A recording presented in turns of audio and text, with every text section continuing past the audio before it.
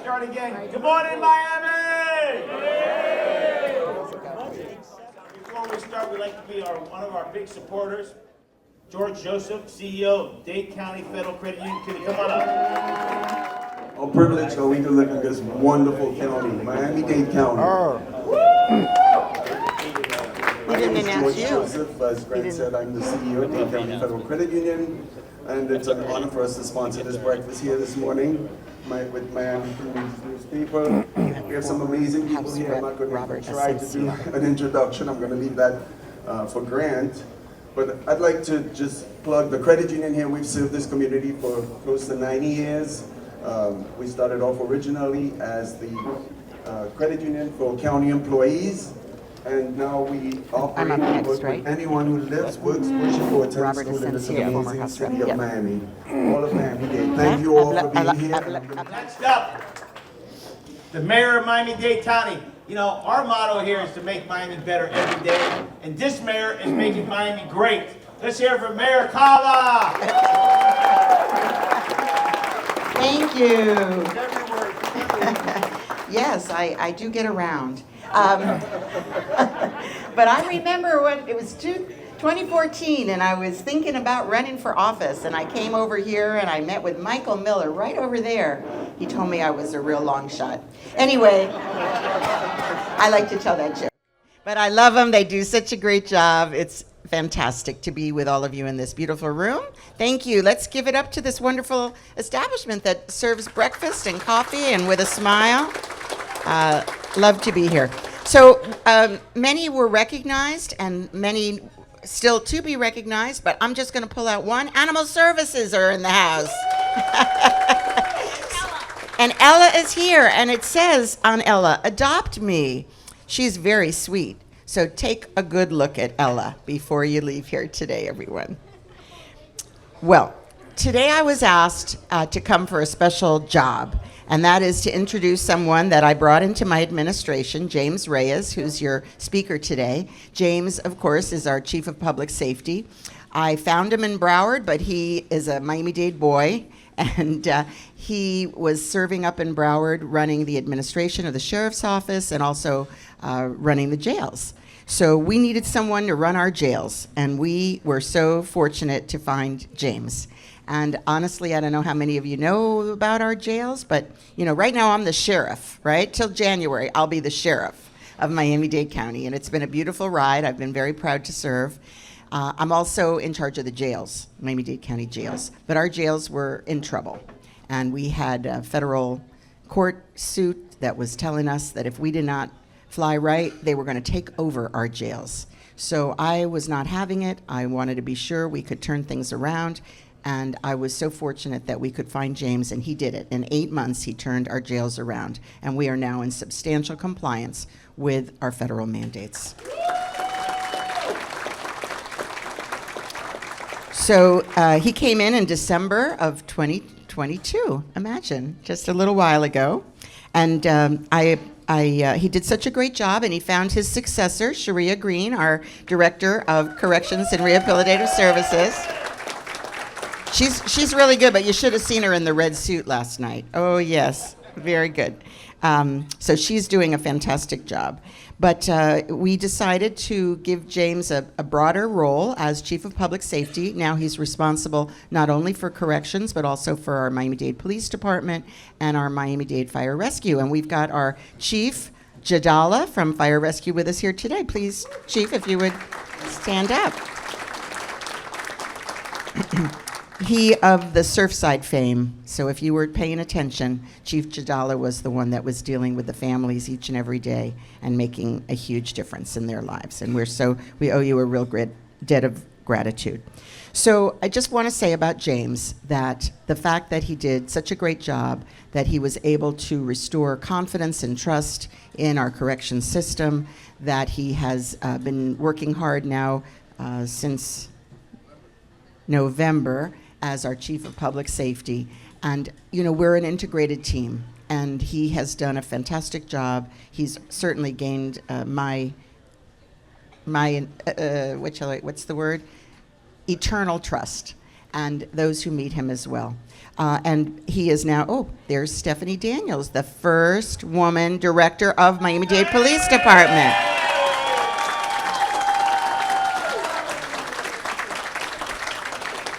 So that's it.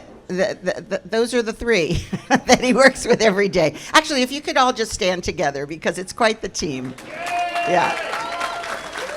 Yeah.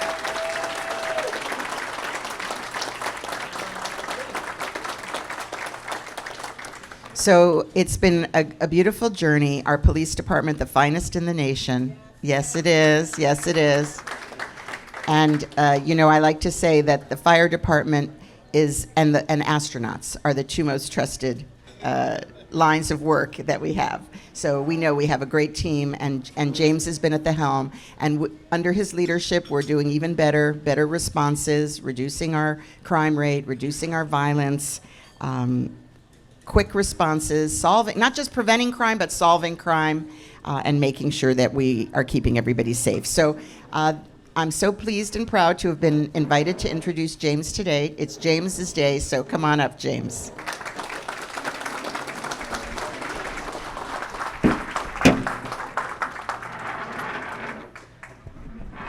Good morning. I almost want to imitate Grant Miller right now, but I don't want to let you all down. But how about we recognize him? Because he recognizes everybody, but no one recognized Grant. Grant, thank you. Thank you for the invite. Casa Cuba, our credit union partners that are always so loyal and so appreciative of us. We're appreciative of you. Thank you so much.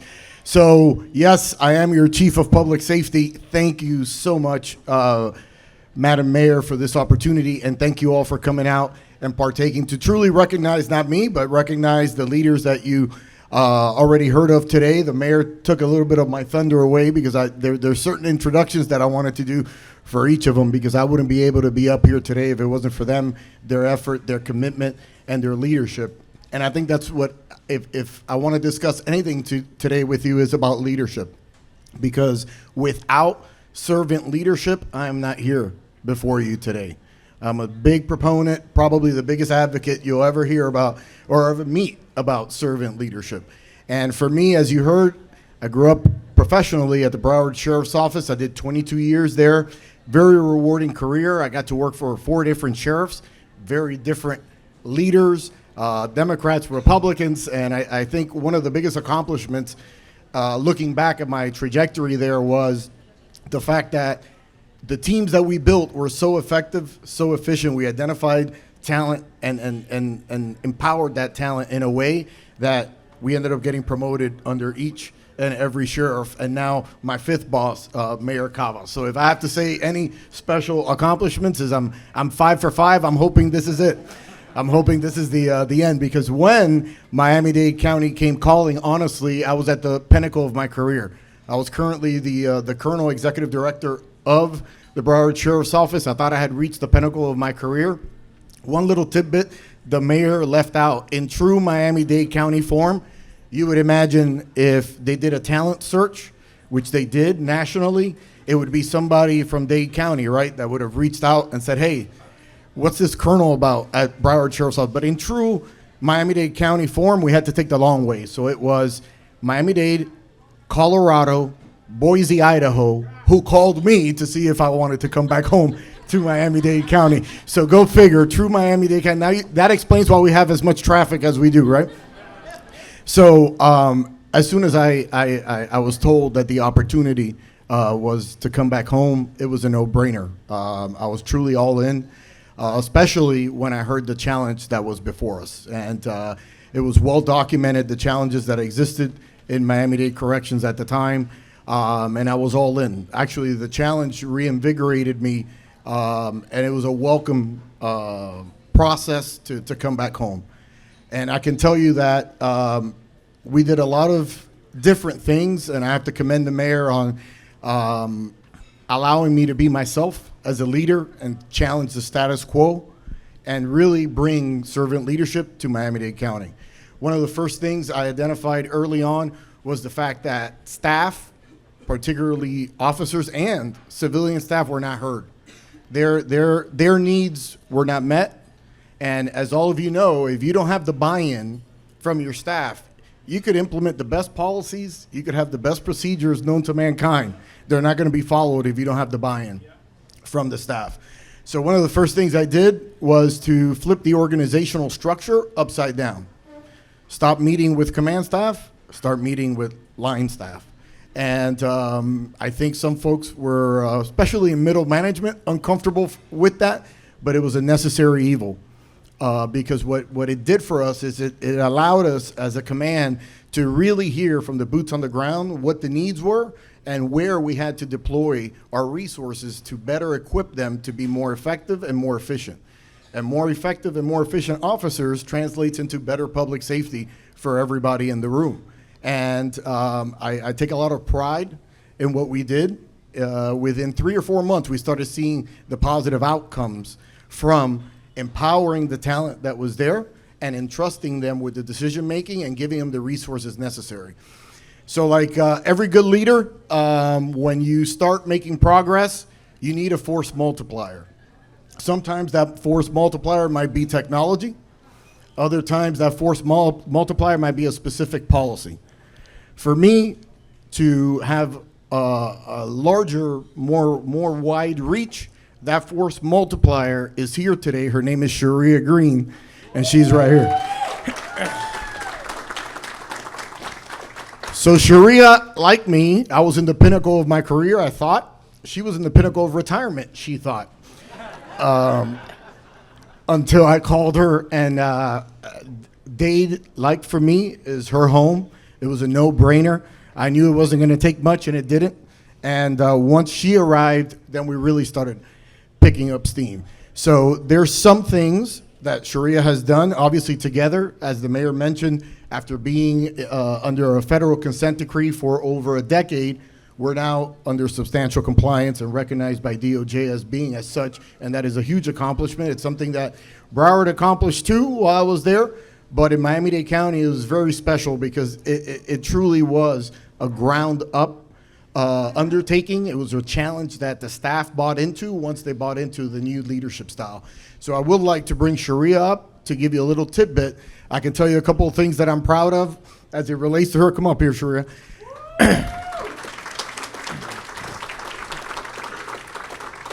First and foremost is that she eats, breathes, and sleeps servant leadership. So she had me at hello as it relates to that.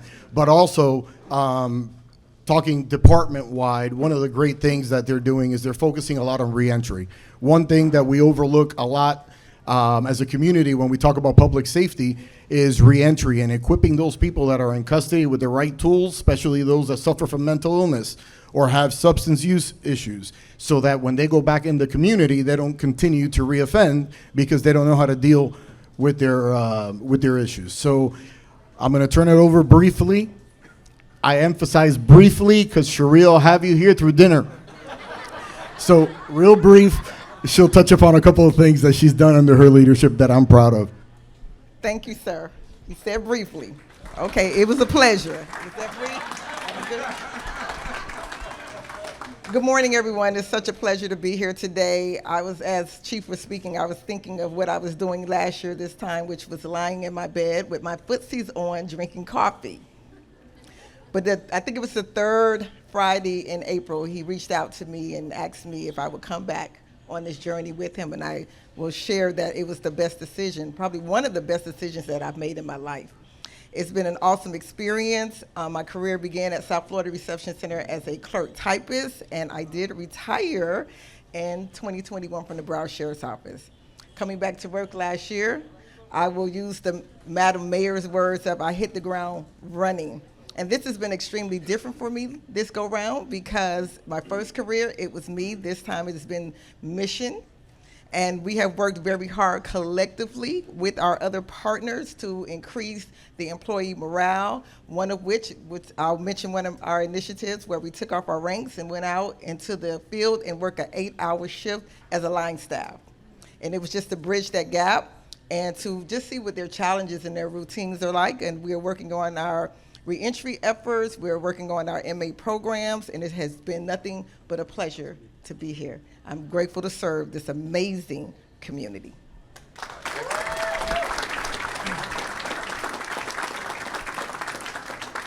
I think you all could see why it was an easy pick for me. But, so Ray, I apologize, but it's Women's History Month, so just saying. But with that said, obviously the work that we did garnered a lot of recognition, not only locally, throughout the state, nationally. We consistently got reached out to see what we were doing different and how it was that we truly were able to accomplish the turnaround so quickly. And that attention also was garnered from the mayor, to which she ultimately offered me this position to be the chief of public safety, expand my role so that some of the changes and some of the results that we saw in corrections, we could transpose into fire and Miami-Dade Police Department too. So I already mentioned it's Women's History Month, so I'll be remiss as I call up our first female director of Miami-Dade Police Department. I want to add a little more. It's the first time in Miami-Dade County history that we have 2 female directors leading our public safety. So I want to bring that up. Come on.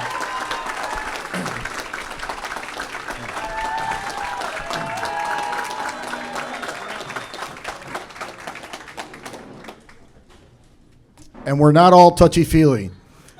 I can tell you, she is strong. She's one of the strongest leaders I've ever met, honestly. But I can tell you that under her leadership, the focus on gun violence, the results as a result of her focus on gun violence. And one thing that I will tell you, there is not a leader anywhere in this country that is more community focused than Stephanie Daniels. She eats, breathes, and sleeps community. I can tell you whether we're talking policy, whether we're talking training, it does not matter. She always finishes off with, what does this or how does this impact our community? And it is a true testament to her and the commitment that she brings to Miami-Dade County. So I'm going to turn it over to her briefly.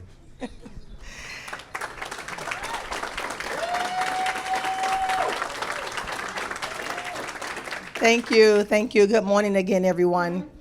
Just to speak just a little bit about some of the programs we're doing when it comes to community.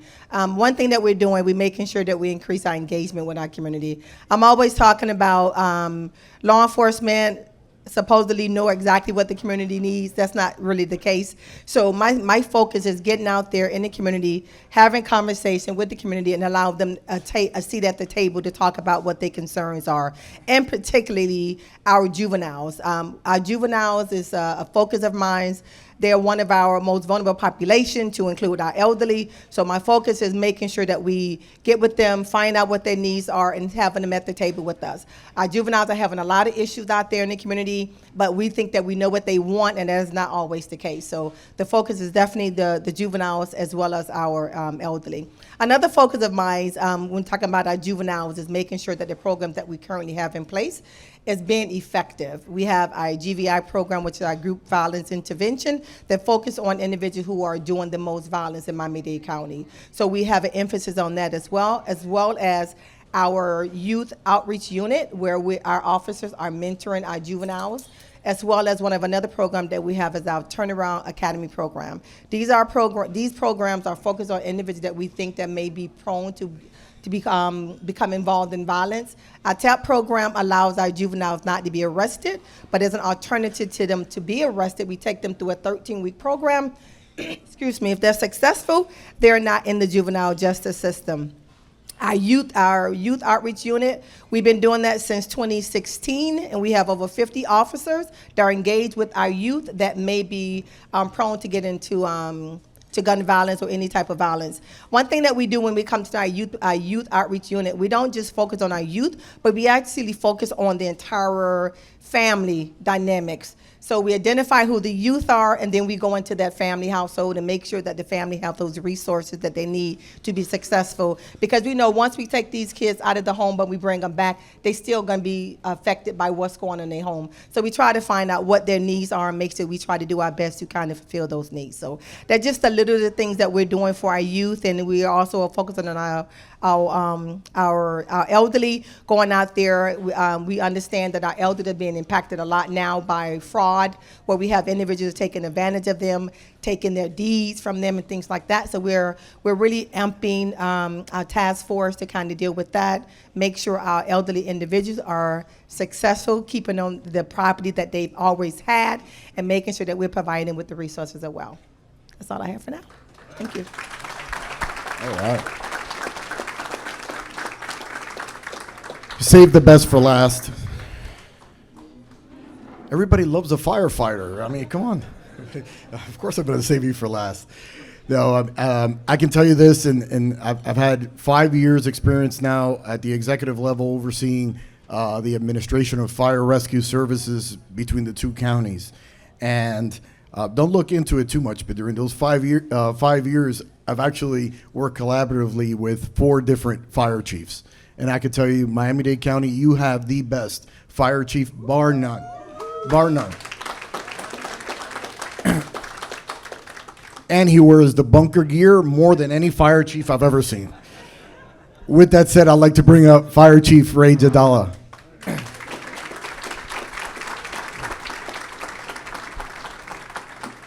One of the things that truly impressed me upon coming back home to Miami-Dade County from a fire rescue perspective is that all too often when we see fire rescue, we always focus on response, how reactive they are, how quick they are to don their gear when the little bell goes off and they jump in the trucks and they respond. But one of the refreshing things that I found in Miami-Dade County, particularly under the leadership of Chief Tadala, is the amount of proactiveness that they're committed to, the amount of work that they do out in the community, educating the community to try to get in front of some of these reoccurring issues that we see all too often within our community. So I'm going to turn it over to Ray briefly so that he could cover a couple of the initiatives that he has going on.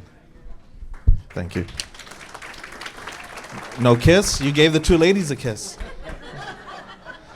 Good morning, ladies and gentlemen. Ray Jadala, Fire Chief for Miami-Dade Fire Rescue, but I'm your Fire Chief. Yesterday was my 24th year with Miami-Dade Fire Rescue. Thank you, thank you. I have a total of 28 years, 4 years from Palm Beach County, but I want to talk about the initiatives. And, you know, I've been the Fire Chief now for 20 short months. I've been bestowed that opportunity when the mayor tapped me on the shoulder back in August of 2022, and as you may have heard in regards to Surfside, I am a community man. In the last 20 months, thank you. In the last 20 months, you know, I've implemented 3 programs, and all of them are more proactive than reactive. And I know that the fire service is, when the bells go off, the men and women jump on the fire trucks, they jump on the rescue trucks, and they respond to the call, and they get there, and they do what they need to do. But we started 3 programs in the last 20 months. One is our Splash program, which is our water safety. It's not specifically just for swimming. It's the water safety. We've had so many children, so many teenagers that have been drowning, not just in pools, but also in bodies of water. So we've initiated this program with other departments throughout Miami-Dade County, including our faith-based organizations. And in the short, I'd say 10 months, it's really taken off in regards to training, teaching swimming, teaching the abilities to, you know, recognize when to go, when to throw, and when to call 911. Another one that we've implemented is the community paramedic program. This program has been in the infancy stage. It's more of our gauge towards our senior population. So this is where we're teaching first aid, we're recognizing home safety, we're recognizing the medications, we're doing follow-up services, we're trying to provide guidance and even link up with the different services that may be out there for the community. So it's not just about going to the hospital or going to the clinic, but try to guide you towards the proper services. And then the last but not least that has really taken off in the last 10 months is our health program. Our health emergency life protection training. It's a 2-hour CPR awareness, first aid training, stroke awareness that guides and stop the bleed. It guides our individuals, our community members in first aid and stopping the bleed and recognizing, you know, when you recognize a stroke. And I gotta say, in the last few months, we've had a couple of successful stories that have made local media, personnel that have been trained.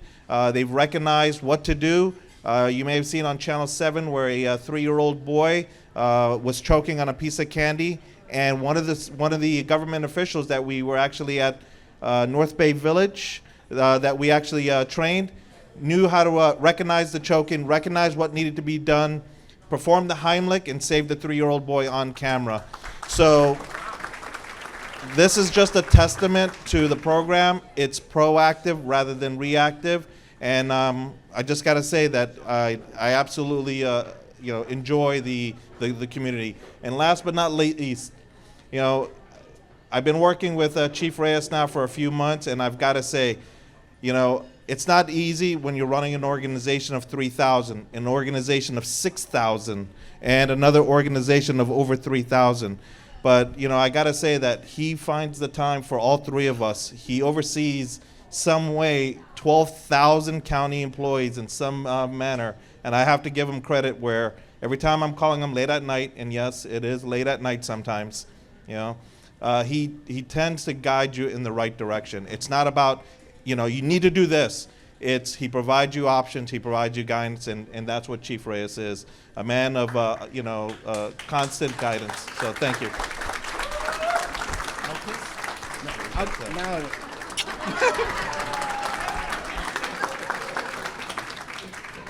Thank you, Ray.